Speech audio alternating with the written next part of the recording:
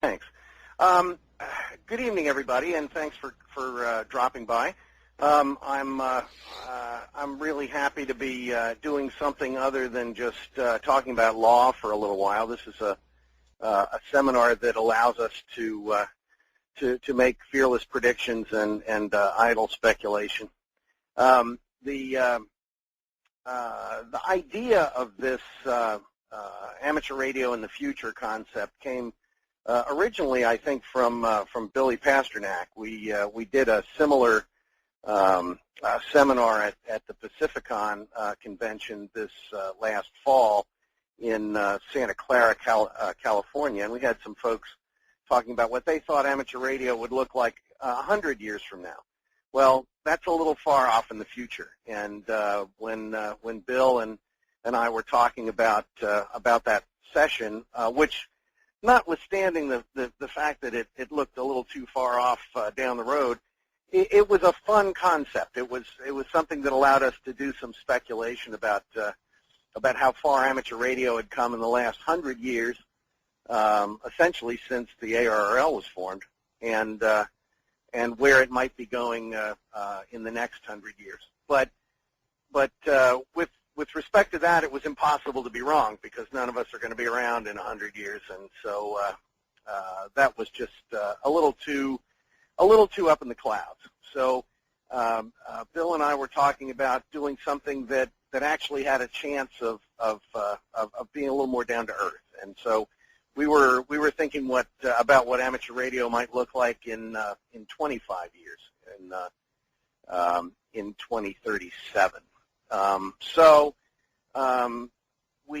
We came up with the idea of this webinar, and I'm glad we had a chance to do it this evening. So you're going to hear some things that are based on trends that Ed and I have thought about, and clearly some of what we're going to be talking about is just our own speculation about what the technical and regulatory aspects of amateur radio might be like in the next 25 years. I've just completed my 32nd year of work with amateur radio professionally, and there's been a lot of changes in the last 32 years since we first started. A lot of regulatory changes, some good, some bad, and I hope this won't be a too pessimistic presentation, but there are some dark clouds on the horizon for amateur radio, and so we're going to take a look at a couple of those things, and maybe base some of our fearless predictions on some trends that we've seen over the last 25 years. So let me see if I can advance this here.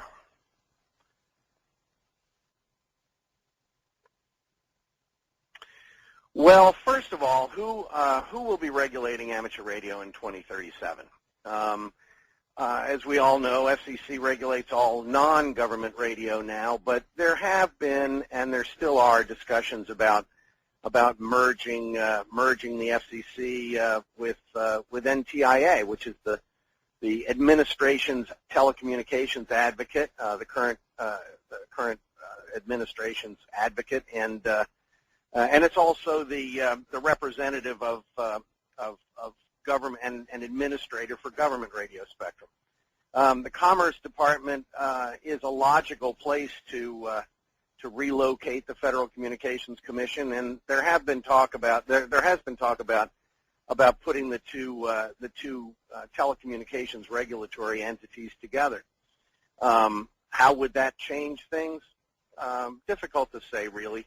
FCC has worked much more closely with NTIA in recent years, since NTIA is the administration's advocate for telecommunications, and since the White House and Congress and the FCC are all talking about the benefits of broadband and mobile broadband and how to allocate enough spectrum for mobile broadband in the near future, in the next 10 years.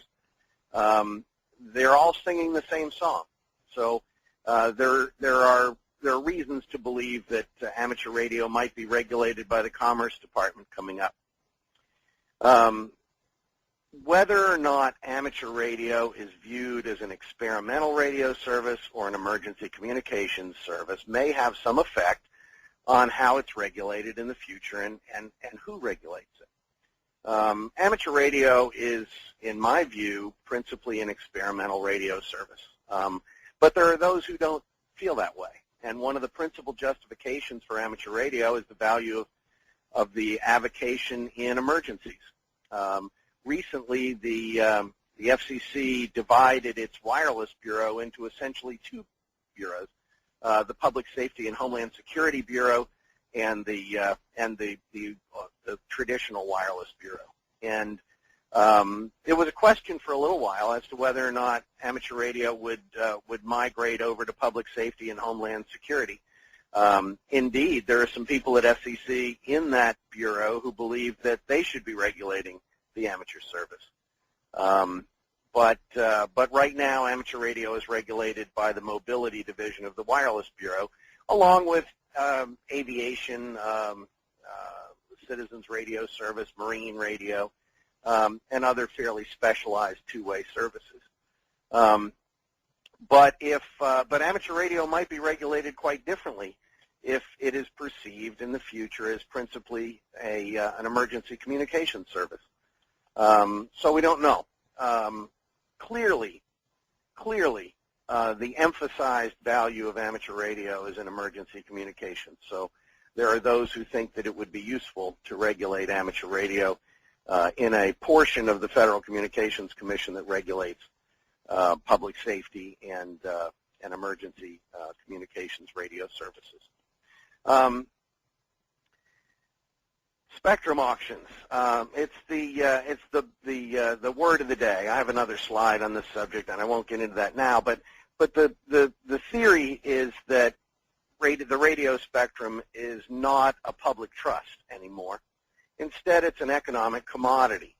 If amateur radio and the radio spectrum is viewed as a commodity, maybe no government entity has to manage it at all.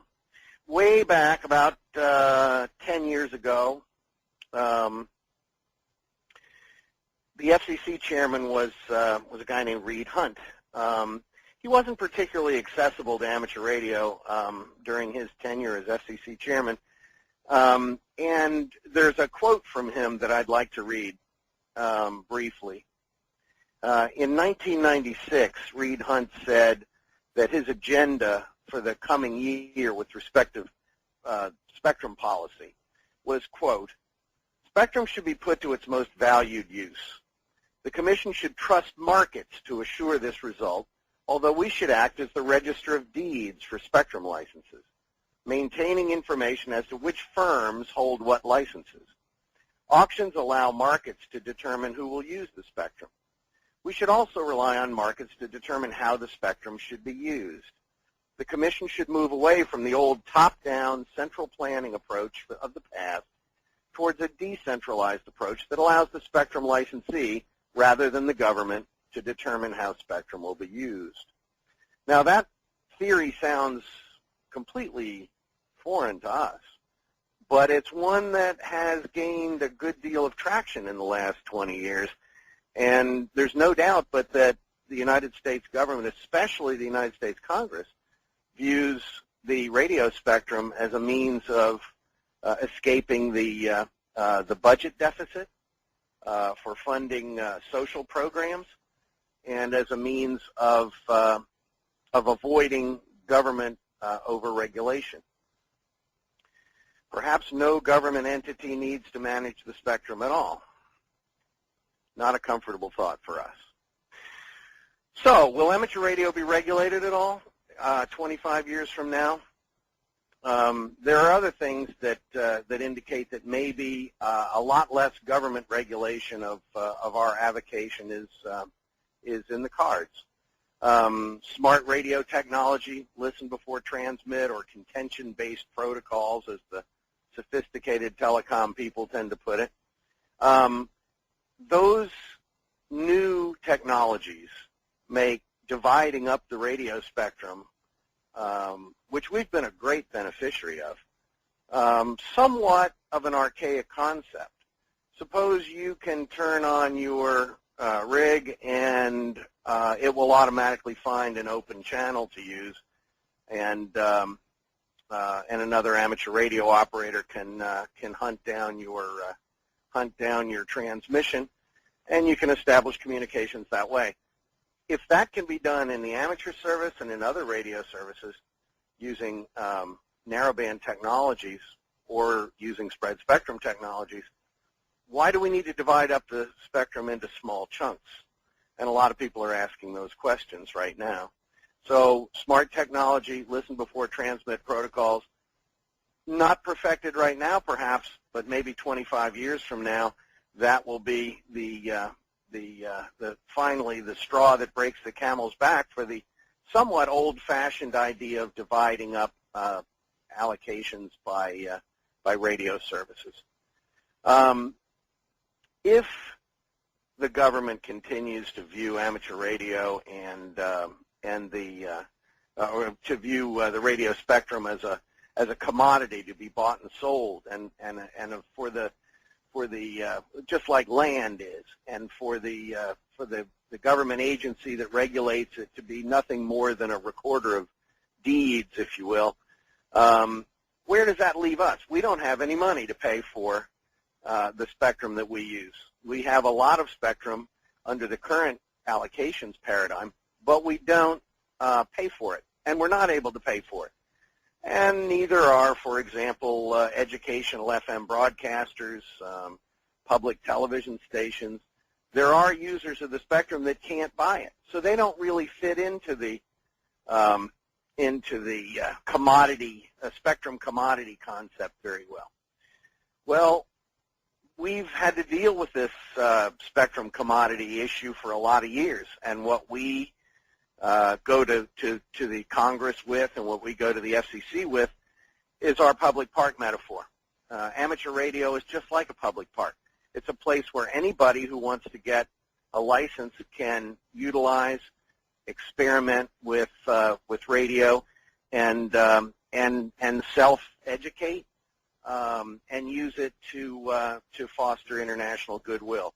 It's just like a park, and so you can sell all the land you want, but you're going to have to set some of it aside for a park.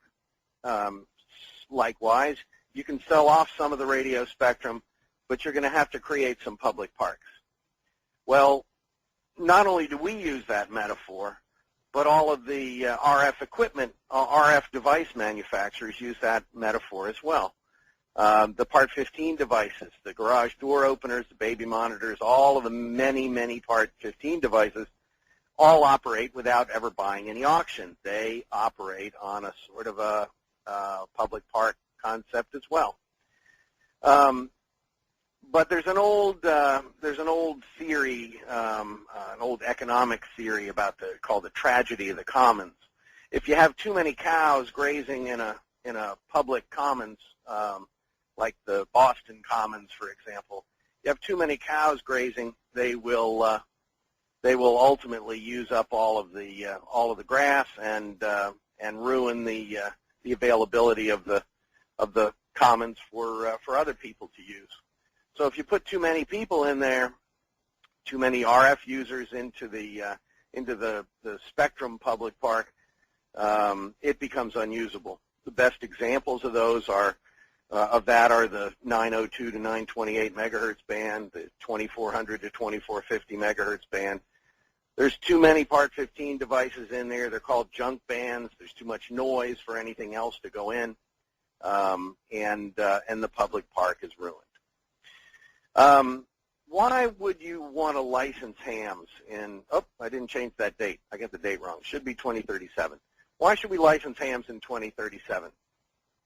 The purpose of licensing is for interference avoidance, to be able to detect improper transmissions and to resolve interference in the amateur service.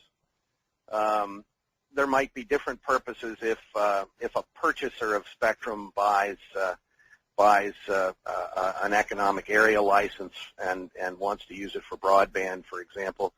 But for our purposes, licensing hams is done so that identification of hams and ham stations is possible and interference can be avoided. If you have smart radio technology throughout the world and you have listen before transmit protocols that could work, you have different ways of using spectrum so that interference doesn't happen through technological solutions, maybe licensing individual hams isn't as necessary as it used to be. Maybe in 2037 there won't be any individual licensing anymore. FCC has already experimented with that kind of concept. They license some services by rule right now. There are licensed users in certain services that don't have individual licenses. They're just licensed by the rules that govern the service. Certain Part 95 citizens radio services are in that category. It can also be referred to as blanket licensing. So maybe in 2037 there won't be individual amateur licenses, or if there are, it may be entirely private sector oriented. Really, when you think about it, the volunteer examiner program has been so thoroughly successful. The only function that the FCC serves in licensing amateur radio now is in issuing paper licenses and maintaining the license database so that the VE data that's submitted to the FCC is translated into a government license. That's not much of a function when you think about it. Spectrum allocations, we're back to that. We started talking about this before. This is really sort of the question about what the future is going to look like in amateur radio. As I was discussing before, the time of fixed division of frequencies into individual bands might be over.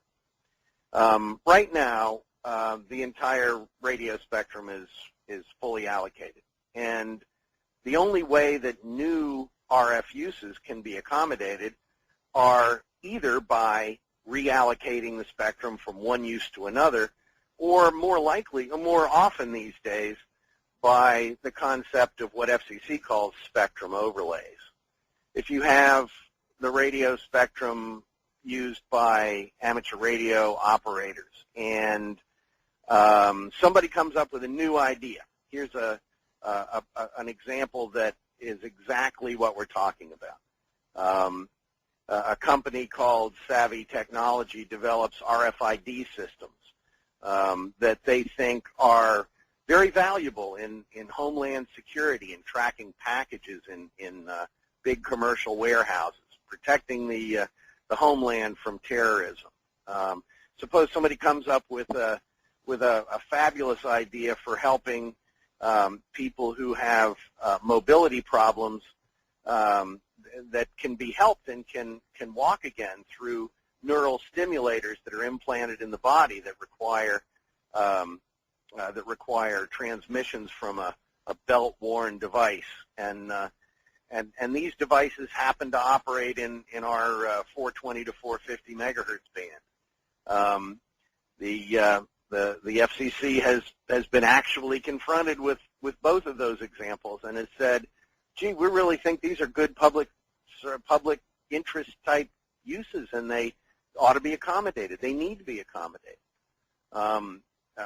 A device that allows police and firefighters to send a little robot into a burning building to examine structural damage to see if there's anybody inside, to see if the floors are about to collapse, whether or not a firefighter can go in and rescue somebody without himself or herself getting hurt.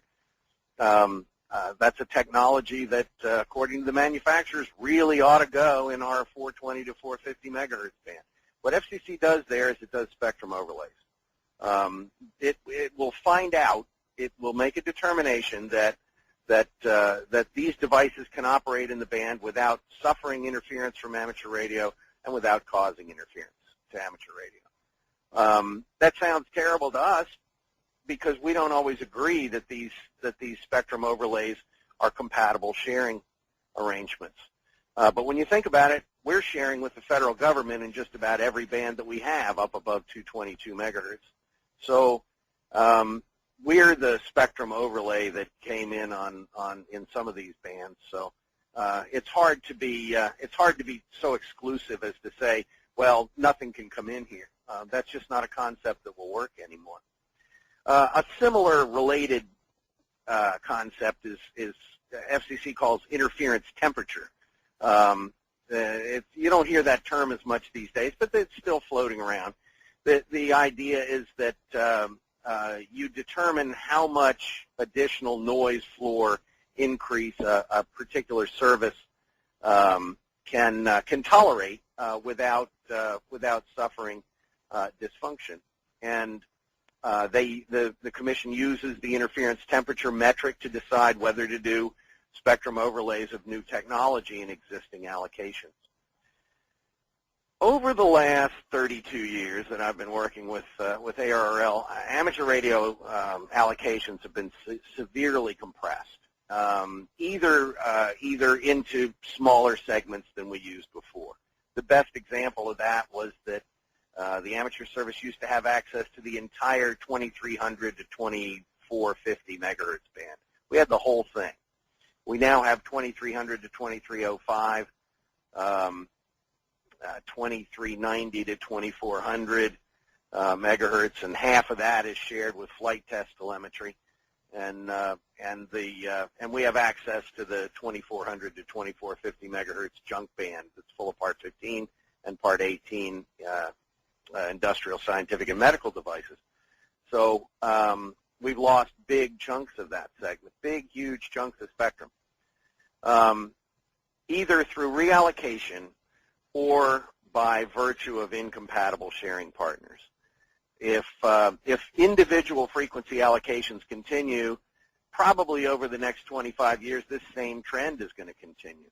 And we haven't lost a lot of spectrum lately, but we have had some compromises in the use of our bands by virtue of either adjacent band noise or through spectrum overlays that aren't really all that compatible with us.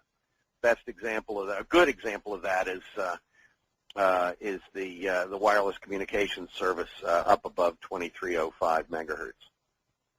So all we can realistically look for is to have compatible sharing partners. If we have to share our allocations, and the trend is in that direction, we have to ensure that whoever these sharing partners are going to be are compatible with existing amateur radio operation.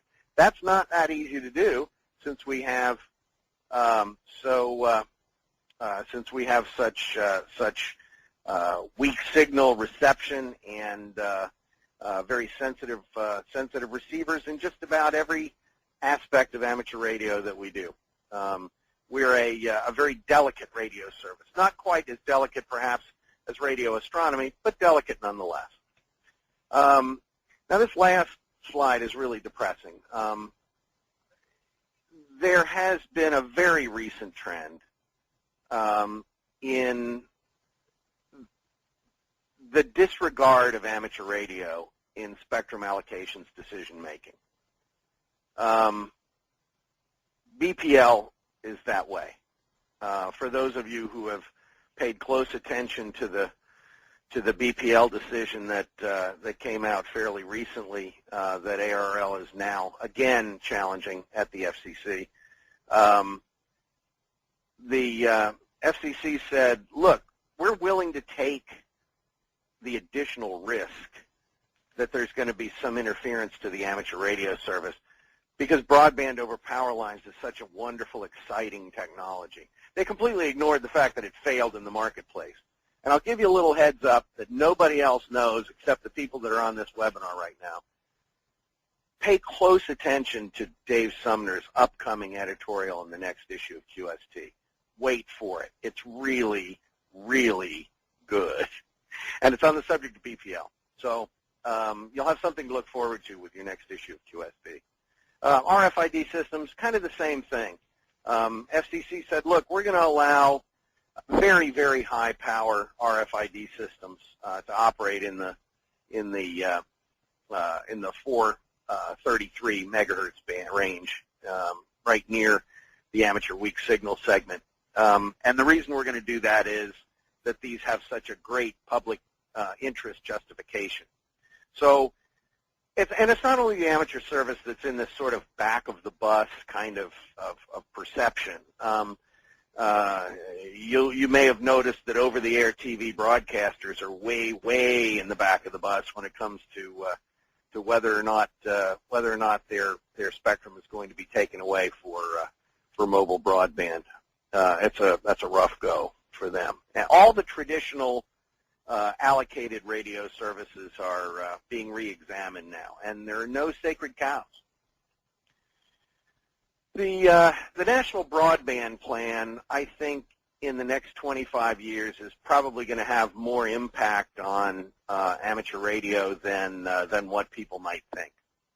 The National Broadband Plan was ordered up by Congress, and FCC created a big, huge document with proposals for a radical increase in the amount of spectrum available for broadband in the next 10 years. So by 2020, there should be, according to the plan, another 500 megahertz available for broadband between about 220 megahertz and about 4 gigahertz. In that range, there's a lot of amateur spectrum, and this 500 megahertz is a minimum number. If you ask CTIA, the advocate for mobile broadband these days, CTIA will say, "Oh no, we don't need 500 megahertz. We need 800 megahertz." And when you think about it, the amateur service in that frequency range has something like 320 some megahertz of spectrum. And right now, the entire amount of spectrum available for mobile broadband is about 520 some megahertz. So amateur radio has a disproportionately large amount of spectrum in this range. Now here's a frightening stat. 3 years from now, there's going to be another World Radio Communications Conference. There's one going on right now, or just about to start anyway, in Geneva. And one of the things that's coming out of this WRC is an agenda for the WRC 2015.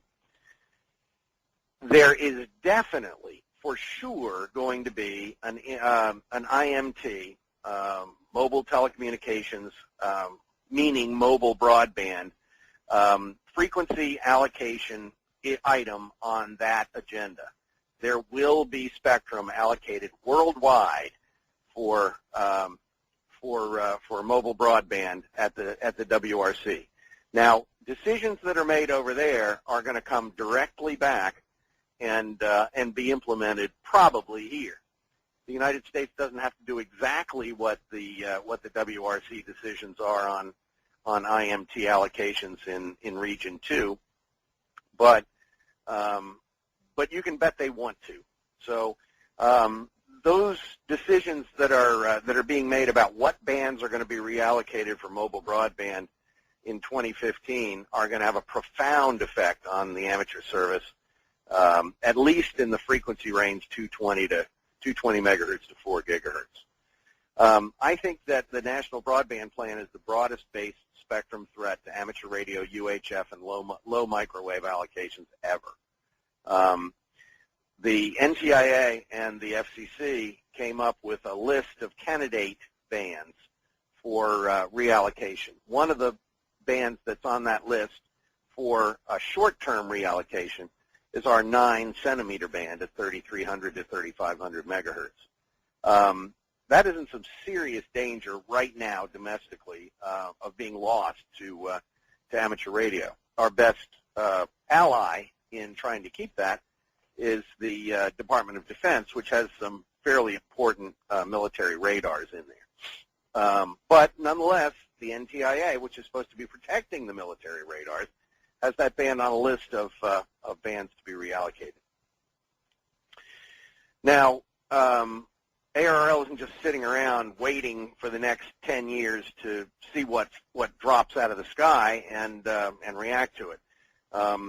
typically the amateur service has been a reactive group as a whole to spectrum reallocation proposals. But we can't afford to be with respect to the National Broadband Plan. We have to be proactive.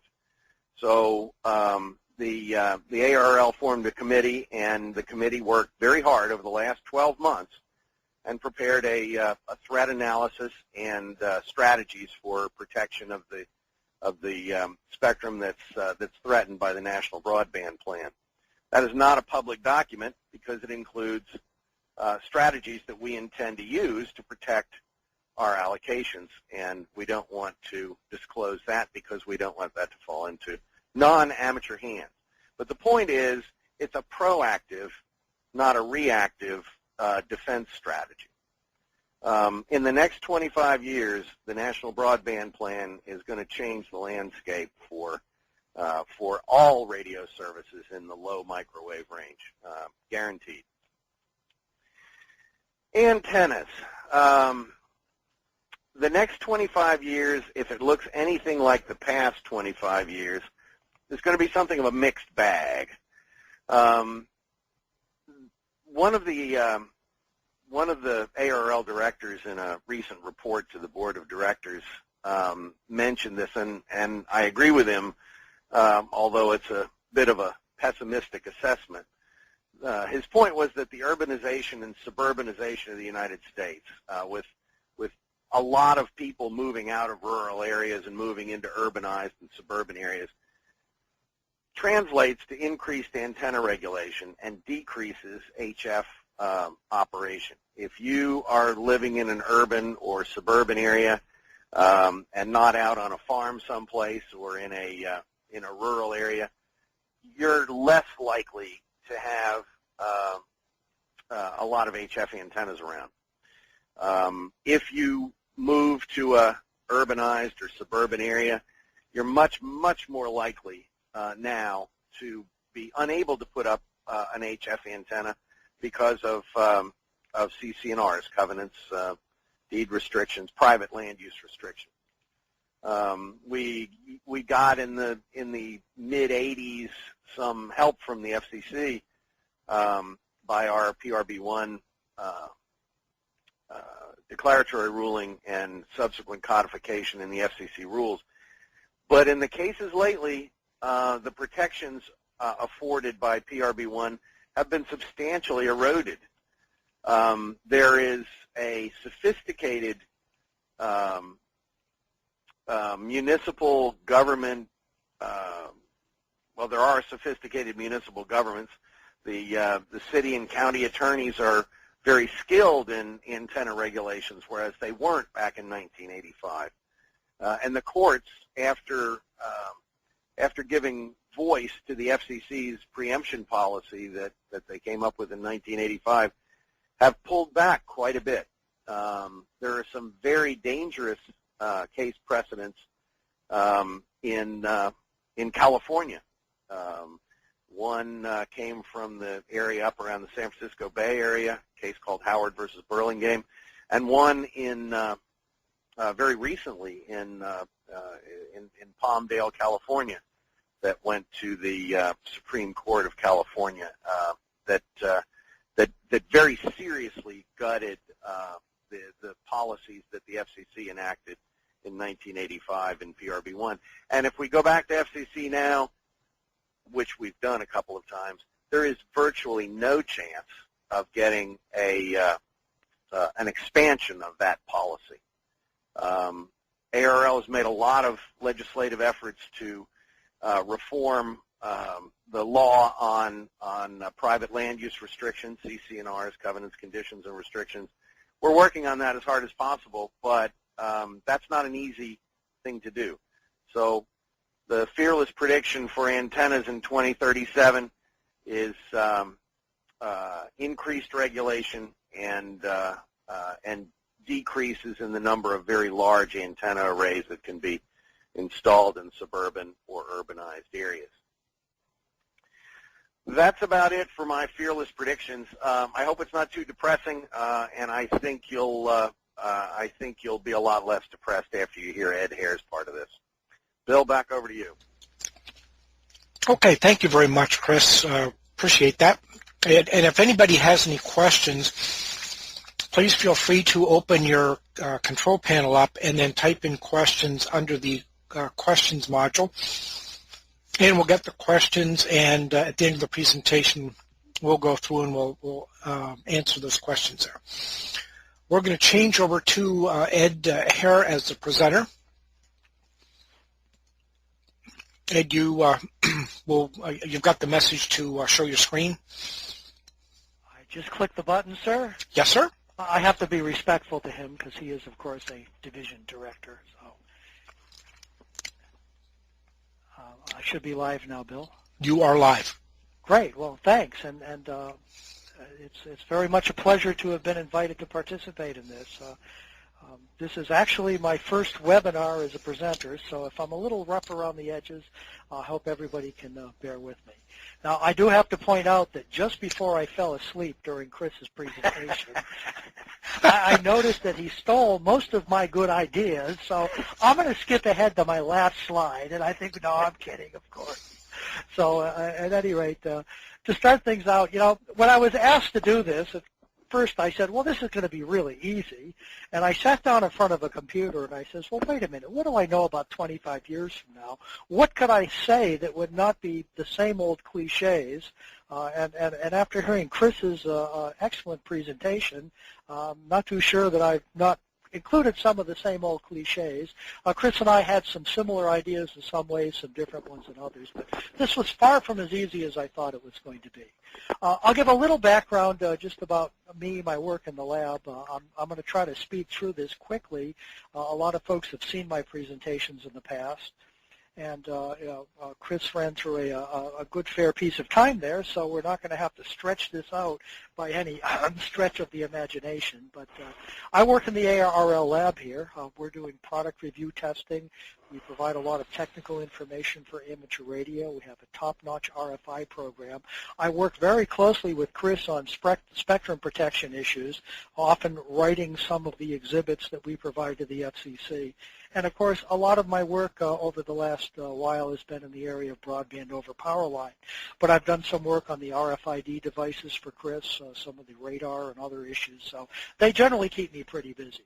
I'm going to introduce you briefly to the laboratory staff. And, one of the guys in the lab played a joke on me. They snuck in a picture from the last meeting of the ARRL Board of Directors, so let me skip right past that.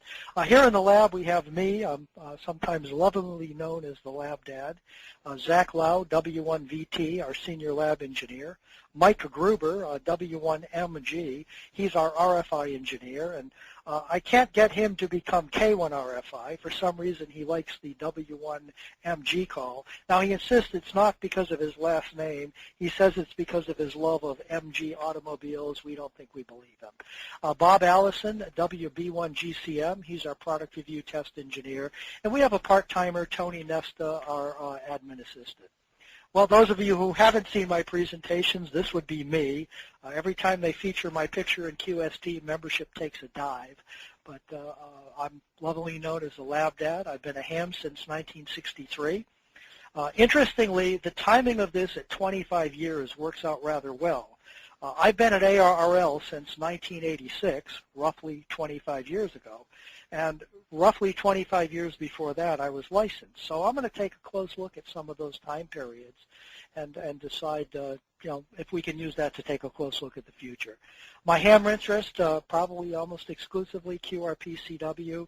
I do a little CW mobile. Professionally, I'm interested in EMC. And interestingly, I get to serve on a lot of IEEE and other industry committees, often in positions of leadership. Some hams might be pretty interested in seeing that here on a major IEEE standards committee, the elected secretary of that committee is associated with the league. So we're taking a lot of our knowledge and bringing it out and making it available to the world. We're also able to very strongly represent the positions of amateur radio where the rubber really meets the road in a lot of cases through industry.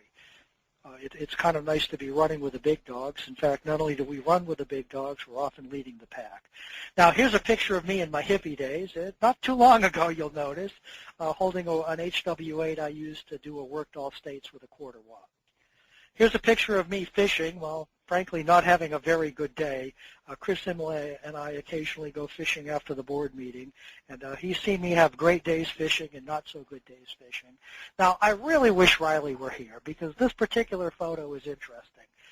You may recognize my face, but those of you know me well realize that's not my body.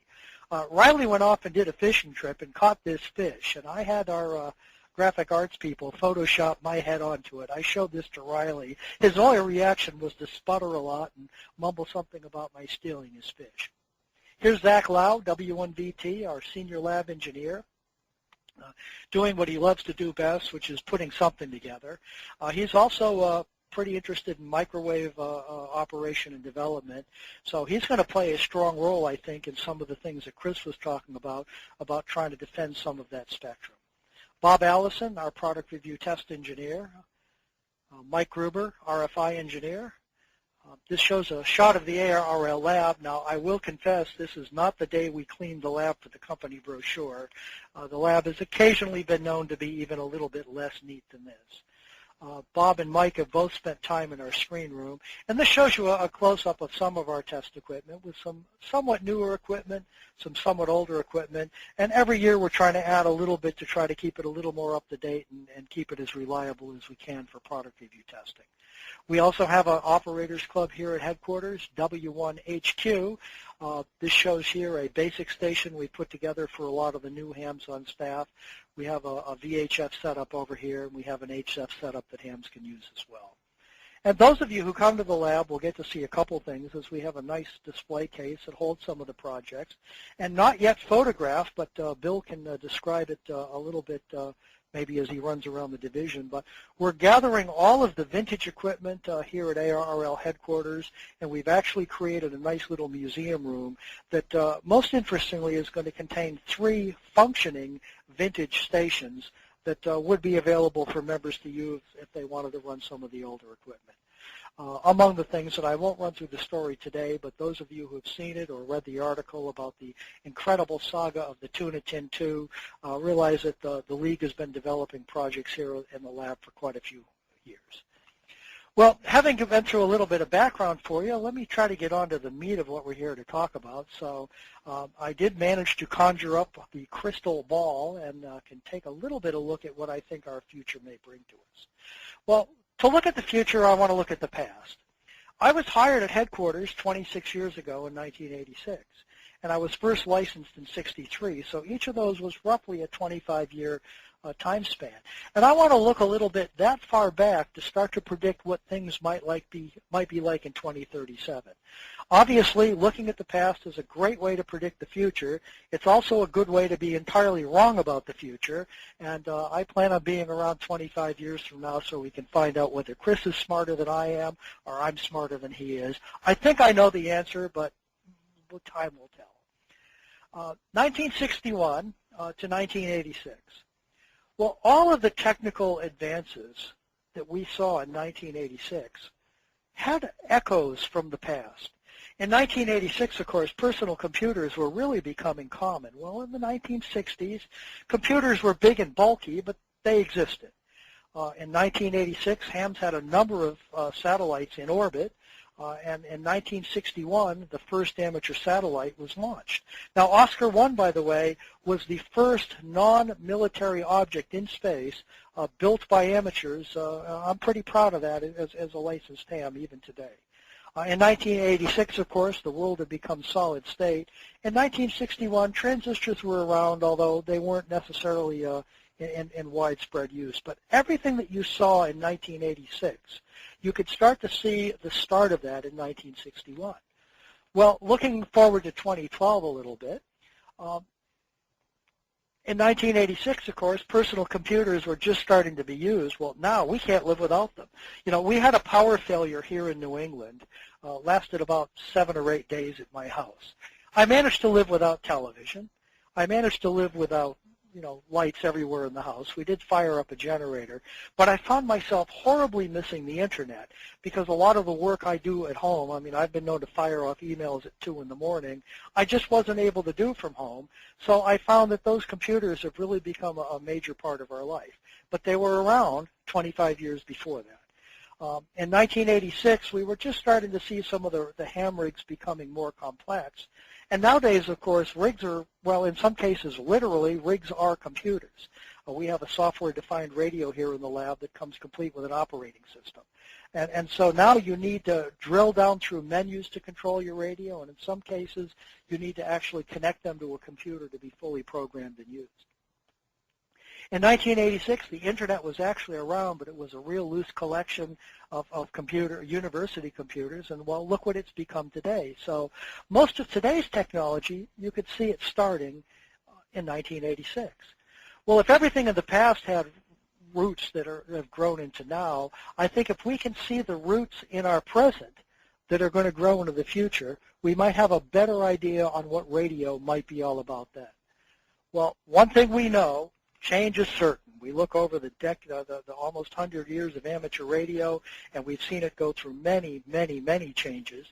Most of them have been for the good.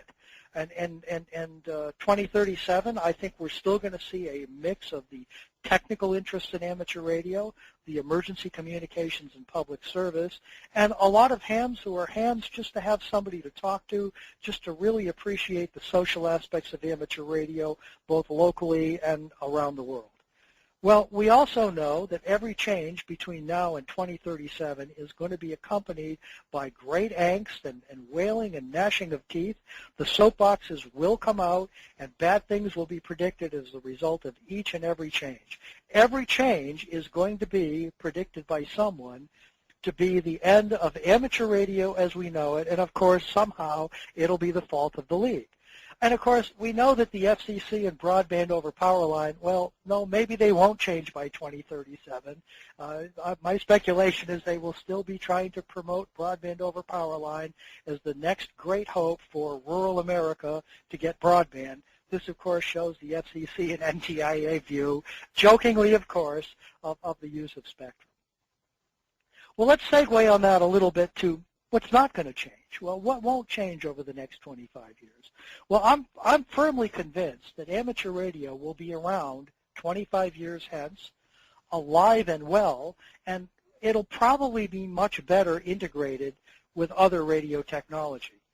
You're still going to have the handful of doom and gloomers predicting its end, but take heart in the fact that up until now, every prediction about the end of amateur radio has been wrong.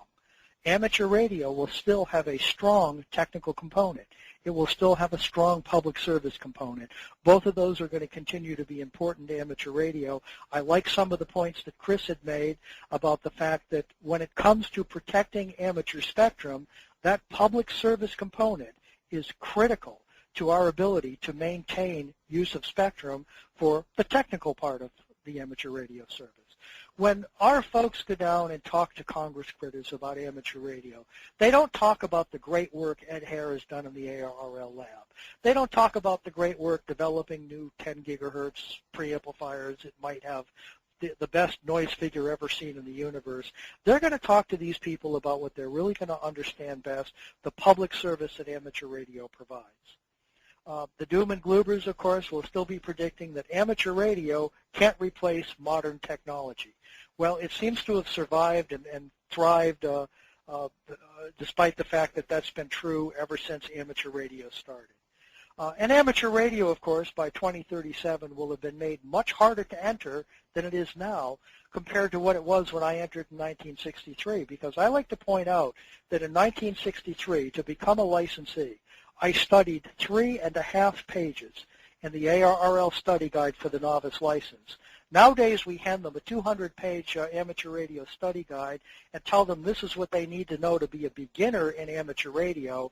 I think to continue that trend, we'll have to require a PhD to get an amateur license by 2037. Other things will not change in the next 25 years. This is a candid shot of me in my office Bill can attest, he was here recently, that even though we completely cleaned the lab to do some major remodeling earlier this year, my office is already starting to approach its natural state. And it's the one part of the lab that even the COO doesn't try to make me clean up. You know, it really does look like that. It really does look like that. Yeah, absolutely. I wouldn't kid. Bill, tell them it. So, you know, I think now as I'm starting to gaze, I can see a few things in this crystal ball. Well, this could happen by 2037. This was the ultimate doom and gloom, I guess. So we have to see if the Lord has plans for the earth that are a little bit different than ours.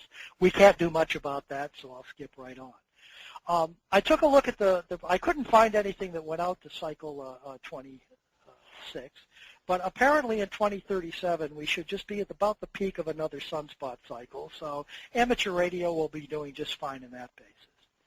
Well, where's our future really going to go?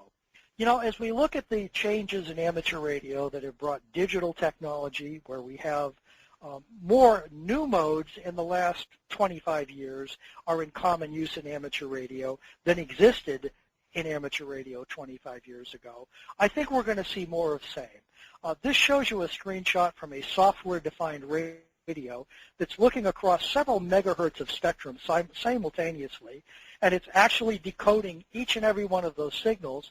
We're then going to use software to tune around that band and pick the one we want and actually get to listen to it. So I think software-defined radio is going to become the way that most radio is generated and used. Well, even today, the difference between hardware and software is very blurry. By 2036 or 2037, we started this presentation for December of 2011, so a couple of us didn't change the dates. I don't think there's going to be a line. Radio is going to be fully implemented with software-defined radio. Think DSP on steroids. The transceivers are going to be more fully programmable than they are today. Software updates is easy to download as we download new updates for Windows. New operating systems and modes as they're created.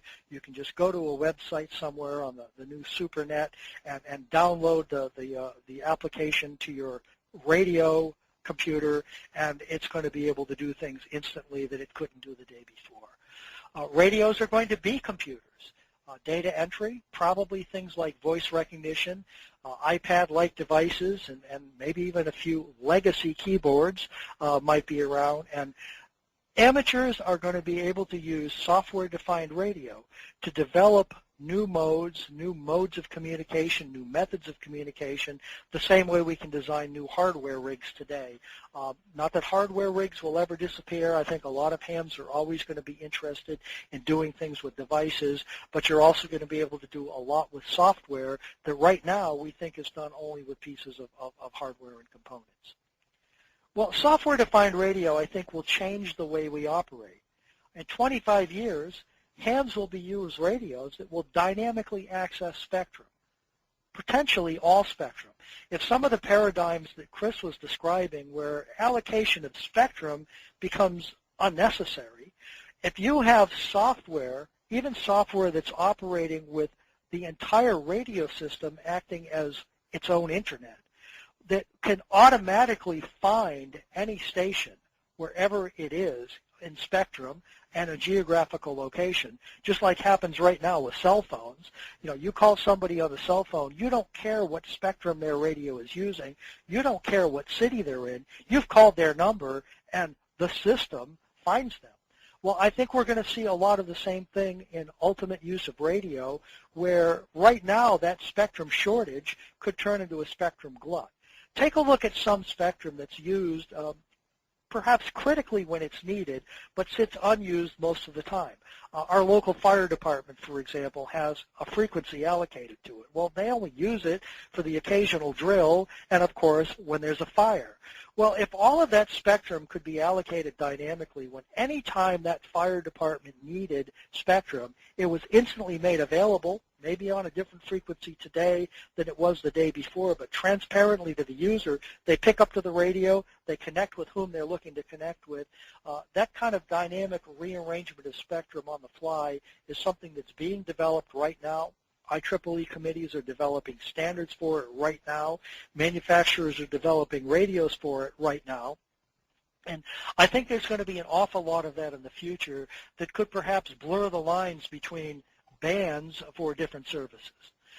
I can see right now we have software-defined radio receivers that can scan an entire band.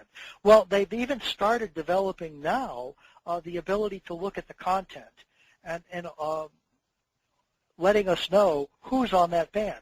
I can go to websites right now that will skim an entire band and report to me everyone calling CQ on the band at different locations around the world and give me signal strengths at different locations around the world. If you start expanding that to its ultimate abilities, I could well see the ability of software-defined radio to change the very way we're going to use our radios. This shows you an example of some of the sites that are out there.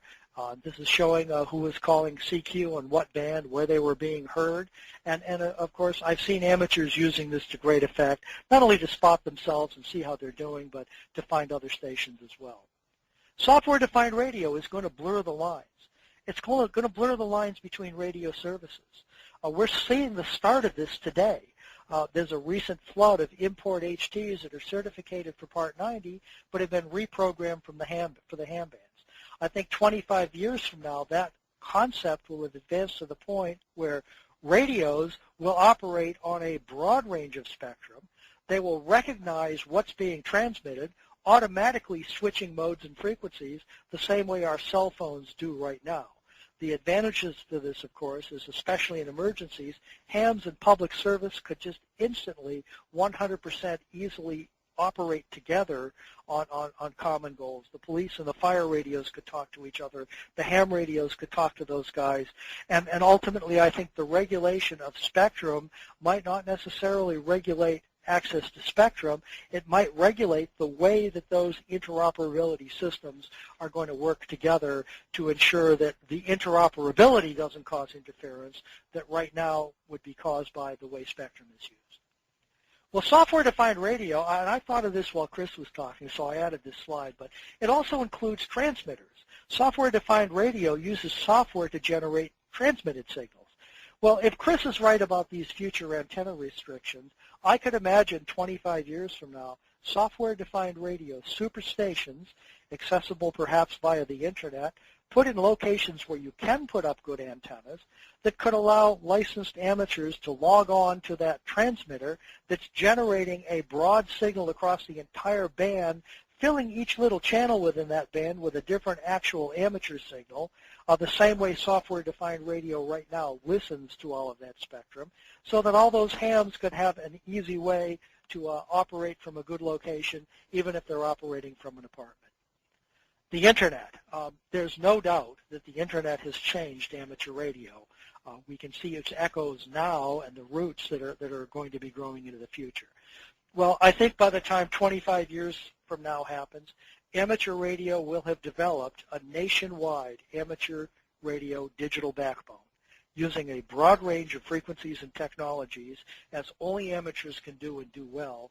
I think it's going to grow ad hoc. I mean, planning is all good, but if you look at the same way the relay network was developed back by the hams in the Spark days, we're going to see that same type of approach, that same type of pioneering spirit, bring the Internet, as it's sometimes been called, into full-blown use within amateur radio. Will it be as capable as the real Internet of the future? No, probably not. Right now, amateur radio emergency communications is not as fully capable as our real communications, but when all else fails is, of course, a promotional cliche in one sense, but it's been in a very real sense something that happens often, and there are times when all else has failed and hams have come through. We're going to see the same thing with the Internet as well. Well, what are hams going to do with this Internet that, will be in the future? Well, right now, of course, a lot of hams are running software to use the Internet to scan the packet clusters. Some people have even programmed their computers to alert them when new ones they need show up. I recently operated from a QRP special event station, and a lot of the QRPers were really insisting that all the schedules be posted in advance on the list so they know when they could be on the air. Now, I was the Connecticut station for a while, and out of curiosity, I got on times other than I had published for my schedule and called CQ on the QRP frequencies, and I got no answers. Apparently, we were all relying so much on those public schedules that we didn't have to turn our radios on and listen. We just waited till our computer told us the guy's on the air. We turned the radio on for 10 minutes, made the contact, and turned it off. Now, is that progress, or is that really the loss of something intangible? Time will tell. In 2037, I think what's now the Internet would probably be better termed the Supernet. Amateur radio of the future is going to be fully integrated with the Internet of the future, which of course I expect will be greatly expanded from today. Ham radio equipment will be fully integrated with other technology in your house. Transceivers will come complete with internal operating systems. And applications will allow us to take this packet cluster concept and actually expand that to the point where we can go looking for stations via software. It'll tell us where they are. We can go there, make the contact. But, you know, I might be old-fashioned, guys and gals, but I remember way back when in the 60s when I would spend hours and hours and hours tuning the band, getting oh so excited when I ran across this really rare DX station with a big pile up on it, and getting so excited when I actually managed to work it. Well, is that progress, or have we lost something intangible by sitting there waiting for the packet cluster to tell me that that DX station is on the air, go find the frequency, work them, and then get back to doing what I was doing? New modes. I think that we're going to see the inevitable creation of a lot of new operating modes. I think with software-defined radio, hams are going to come and be able to develop new modes. PSK31 is a classic example. This was a new mode developed by an amateur using classic phased shift keying, but the idea of the varicode and developing one that actually got used and putting on the air was an entirely amateur development. I think we're going to see a lot more of that. We're going to see the repeater world change. I think analog repeaters are going to become real legacy technology. I think it's going to be replaced ultimately with digital repeaters that will allow multiple users on the same spectrum channel.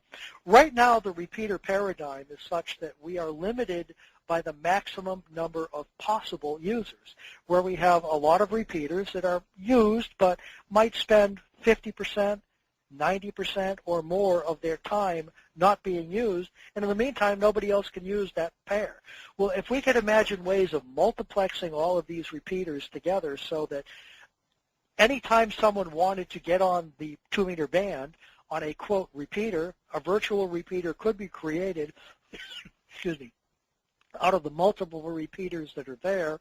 So we now would be limited by the maximum number of possible users, not the number of actual users, or the other way around, rather. So I think I can see some good types of technology, kind of a trunking system on steroids applied there. Now, the natural advantages of all of the modes we use now won't be lost. I mean, one could say, well, on-off key CW, that's a really old technology.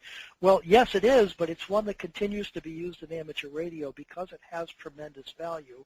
A lot of the legacy analog modes will also have tremendous value. They won't be lost. We're just going to add a lot to them.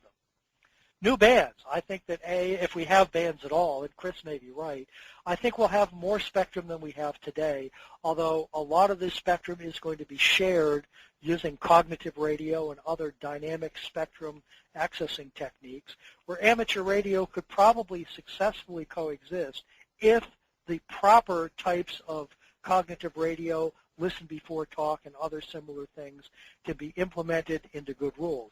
Again, the rules may not control who accesses spectrum. They may control how they access spectrum, and I think that that's the way that ultimately the FCC could sort out who's going to do what. Digital techniques, of course, will be part of that. Well, the advantage of that, too, is those same techniques will allow more amateurs to better share spectrum with other amateurs. And I think it goes without saying, as we're starting to see more consumer equipment operating higher in frequency, we'll see more hams experimenting in microwave as well. So that comes to the Q&A part. Now, Bill, I think, has seen my presentation, some of my in-person presentations, and I'll save the joke that goes with this slide for one of those. But let's just say that Bill may remember the time that he got to meet Bo Derek at one of my presentations, and if he wants to share that with you, I'll allow him to do so. So I think, Bill, I'm going to turn it back to you at this point. I've probably taken a little more time than I wanted, but now we're going to have whatever panel discussion you had in mind. And I'd like to see a little focus on helping people ask us questions that will help us do more to bring technology into amateur radio. That's my focus. Ed, thank you. Very good presentation from both Ed and Chris. We do have some questions on here. The first comment actually that came across was regarding Spectrum sales. Comment was made, good thing that Kodak and Polaroid did not buy Spectrum 75 years ago. That's a good comment. Spectrum auctions are very tricky. The greedier the FCC got, and the greedier that Congress got to auction Spectrum and to try to realize huge amounts of money from selling off Spectrum. And they don't even call it that. They call it licenses. Okay, you're not buying the Spectrum, you're buying a license to use the Spectrum, but for all practical purposes, it's the same thing. But some auctions produced some revenue and some didn't. The FCC created the wireless communications service and allocated the band, paired bands, 2320 to 2305 to 2320 and 2345 to 2360 megahertz, and those segments sandwiched the Sirius XM digital audio satellite band that goes from 2320 to 2340. I think I just said that right. Anyway, this wireless communications service, these two segments were auctioned off in a big hurry, and they were allocated very broadly to fixed and mobile mobile services, and the Congress had been so impressed with the auctions that had been done to date that they wanted FCC to move really fast to auction off these WCS bands in all the markets. And FCC had an auction, and really nobody showed up because nobody had any time to develop a business plan for those bands, and so people were buying up huge quantities of 2.3 gigahertz, very valuable spectrum now for $1 a market in some cases, quite literally. Spectrum auctions are very tricky, and establishing the value of spectrum depends largely on what somebody's use is. So the commenter that referred to Kodak and whatnot, very incisive remark. There has to be a market that's created before spectrum has any value at all. Chris, if I can interject just a kind of an observation, is what would have happened had BPL spectrum been auctioned and IBEC had bought all of that spectrum? Well, where would it be right now? They're gone. Gone. And I think the point that was being made is, well, what if all these companies bought spectrum and then went belly up? Now what happens to it? Could you have spectrum being idle that the government had really intended be put to better use? Well, I mean that's actually happened too. Yeah, it has. The 700 megahertz guard bands, for example, those were supposed to be available narrowband land mobile spectrum for auction. Nobody bought it. I'm sorry, for leasing actually from the spectrum managers that bought it, and it was a colossal commercial failure. Yeah, and there have been people who have bought spectrum and then just kind of sat on it. It's an investment, nothing that they ever actually intended to use, and I don't think that's what the government intends or should intend either. Well, it's like real estate. Sometimes you buy it and there's nothing you can do with it. Okay, we've got another question. This is coming from Ted, who mentions, you mentioned Part 90 radio operations. What is that? Oh, I'm sorry. That's, yeah, I shouldn't use Washington speak. It's private and commercial land mobile radio. Everything from police and fire to business and industrial radio, dispatch, railroad communications, any land mobile radio, and typically we're referring to private land mobile services. Dispatch radio.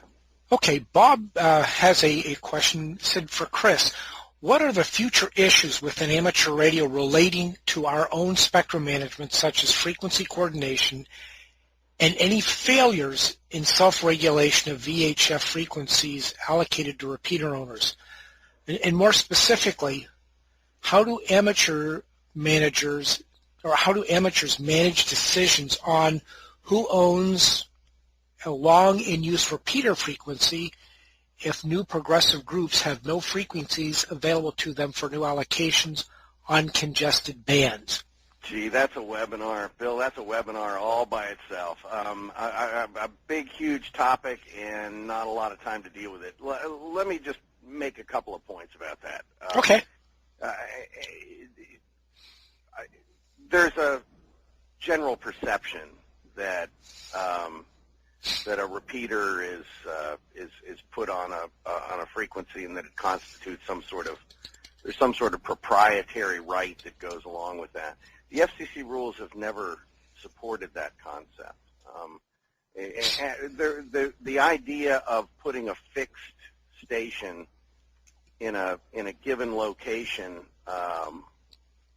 doesn't create any sort of priority over anything else. You know, back in the 80s, the FCC created they came up with a couple of orders dealing with frequency coordination, and the idea was that that any sort of fixed repeater operation requires a good deal of working together to voluntarily manage spectrum ourselves. If a band, say the 2-meter band is full in a given market, the idea that nobody can be allowed to put a new repeater in is a fairly widespread thought, but it really isn't supported anywhere by any FCC regulatory pronunciation anywhere. If I were a repeater coordinator in New York City and somebody came to me and said, "Hey, you know, I want to put up a repeater in the 2-meter band," you know, I would say, "Look, you know, this is a very difficult thing to do, but I'm not in a position to tell that guy he can't do it." There is a certain amount of give and take that has to go on.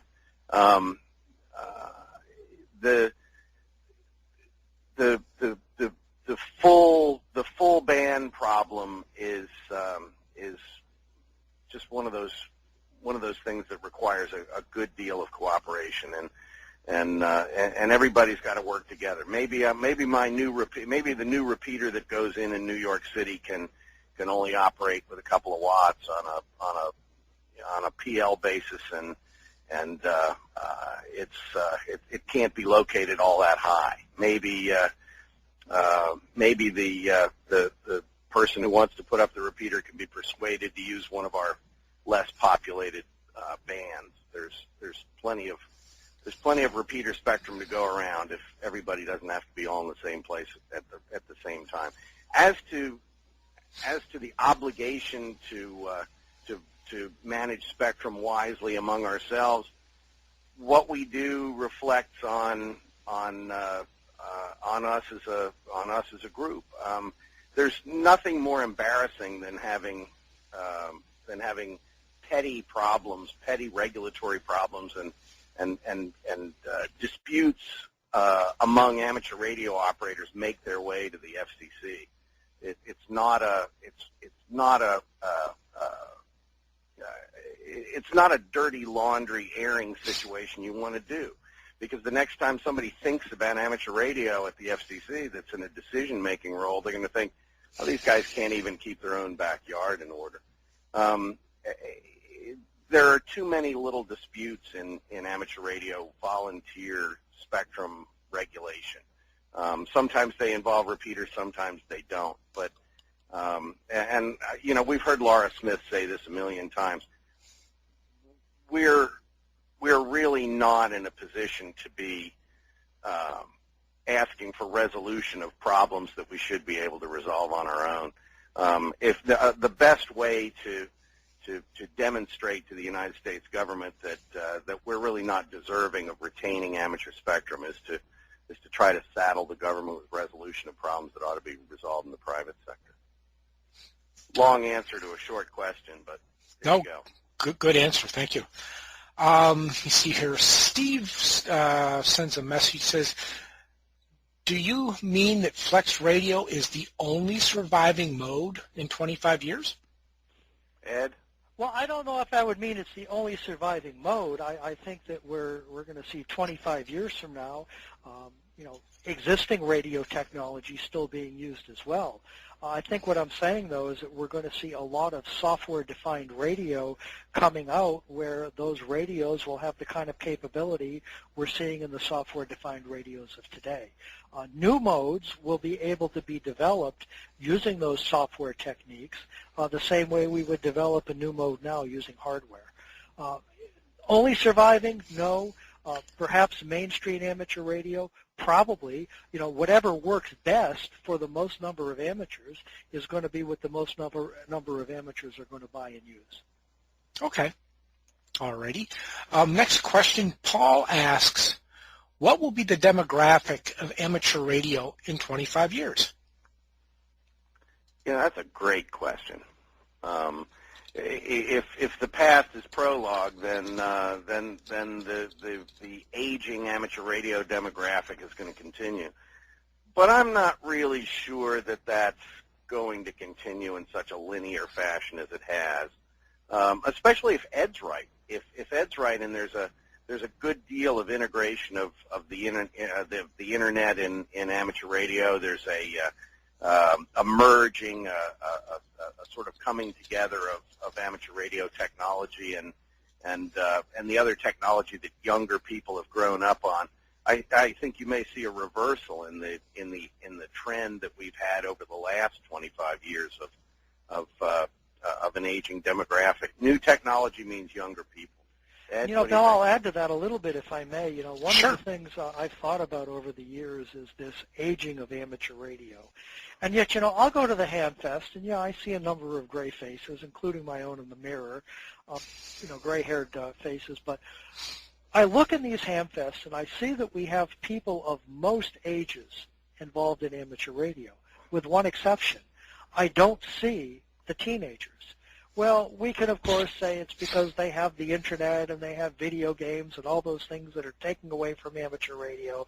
But, we had those distractions when I was a kid, too.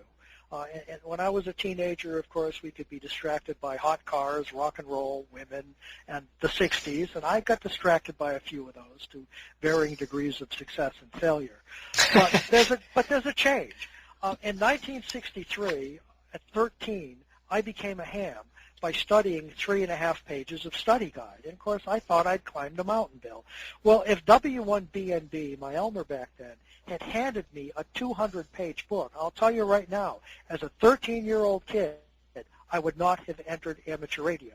I wouldn't have done it. I was a 13-year-old kid. 3.5 pages was about right. Well, we have the same 13-year-old kid mentality today, but now we are handing them the 200-page book, and I think we're seeing fewer youth in amateur radio because we have made that first step so very, very much larger, all under the umbrella, of course, of not dumbing down amateur radio. Well, I'm sorry, guys, but 3.5 pages was good enough for me. I was pretty dumb when I entered amateur radio. If we want youth in amateur radio, I think we may have to find ways to make that first step what it was back in the 60s, which was the heyday of youth in amateur radio. Ed, that's a good comment. Someone will disagree with it, I'm sure. Okay, Alfred asks, what bands do you think are the largest risk in spectrum allocation? Well, if you're speaking today, well, that's a very tough question to answer. If the risk is risk of losing access to the band, I'd have to say the biggest risk is at 3,300 to 3,500 megahertz. We're not using that band particularly intensively. It's slated for reallocation for broadband as part of the 500 megahertz. It's supposed to be reallocated for broadband under the National Broadband Plan that has been approved by Congress and is being implemented right now. But there are other bands that are at risk, 2390 to 2400 megahertz, for example. But if you're talking about what's at risk from being compromised, which are the kinds of things that Ed and I have to deal with much more often, I'd say that in recent years, FCC's shown a complete reluctance to protect our HF spectrum against seriously destructive interference. The BPL battle was a big eye-opener because for the very first time, a very sensitive natural resource that FCC had been protecting in the past, that the ITU has required administrations to protect as a worldwide natural resource, was being pretty much thrown to the wolves. Those BPL rules were outrageous. So still are. There are two different answers depending on whether you're talking about losing bands or whether you're talking about bands being compromised. I'd like to think we reacted strongly enough in the BPL case so that FCC would have to think twice about another BPL type use in the HF bands, but different answers depending on what context you're looking at. Ed, what do you think? Well, I think too on HF, Chris. I was going to make that point that you started very ably for us, but the increasing noise levels we're seeing on HF from a slew of new types of devices, even those operating under the existing rules, I think is going to start to impact our ability to use HF. Power line noise is another classic example. I mean, right now, I think Mike Gruber has maybe a couple of hundred power line noise cases open that are in various stages of repair or more likely disrepair. And if FCC allows power line noise to continue unabated with relatively little enforcement, I think ultimately we could see less use of HF, at least by some amateurs.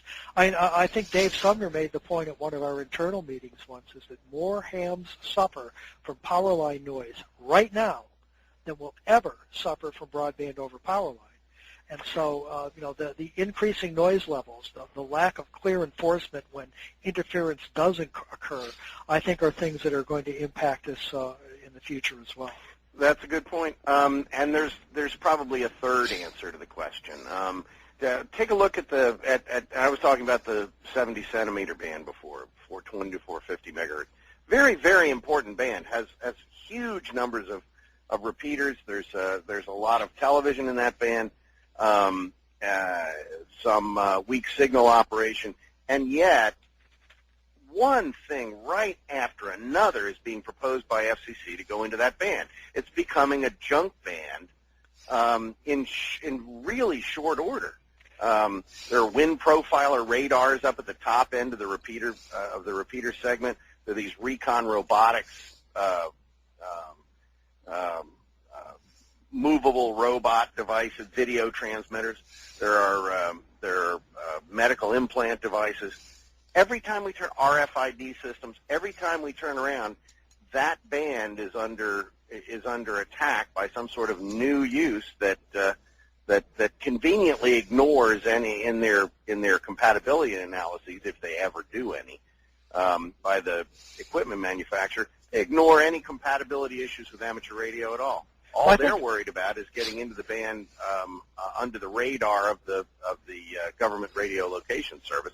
I think in part, Chris, 433.92 megahertz plus and minus is a European ISM band, possibly elsewhere in the world as well.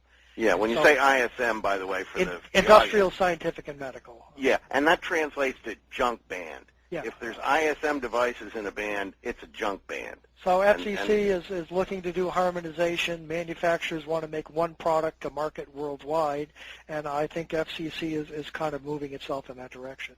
I agree. It hasn't changed our allocation. It's made me a lot more nervous about using it. And of course we know that so far I think we've been primary to all of these other uses. Although, where do we stand with the medical devices, Chris? Well, that's a tough call because they put those in under Part 95 as a citizens radio type use, believe it or not. But the point is correct. It's new uses being overlaid, and we're not talking about losing access to the band, but we're talking about lack of use of the band, diminution in the use of the band. Okay, folks, we're at the quitting time here, just a couple minutes past 10:30. I would like to remind people when the webinar ends, we do have a survey asking how you like the presentation and any suggestions for future presentations. We will select two of the people who will answer the survey, and we will send out a DVD of another webinar that we've done through the Atlantic Division. I'd like to thank Chris, and I'd like to thank Ed for a really good presentation. Again, since we're dealing 25 years in the future, realize that this is, thoughts and some informed, just where we've been and where we are now and where we may be going in the future. But I really appreciate both of their comments. Ed, do you have any final words for folks tonight? Well, just my appreciation for being allowed to participate in this. It's been an interesting new experience for me. I've shared my own personal views, of course, colored from where I work and where I sit in all this. If anybody was not able to get a question answered or had a comment, I'll point out that Whiskey 1 Romeo Foxtrot India at ARRL.org can reach me, and we can get a little back and forth going. I'm sure I can find some time for it, but I've sure enjoyed it, and I appreciate being invited. Well, Ed, I'm glad you were able to join us, and I really appreciate that. Chris, any final thoughts for folks? I hope that by 2037 there are about 1,000,004 hams. That's a good target.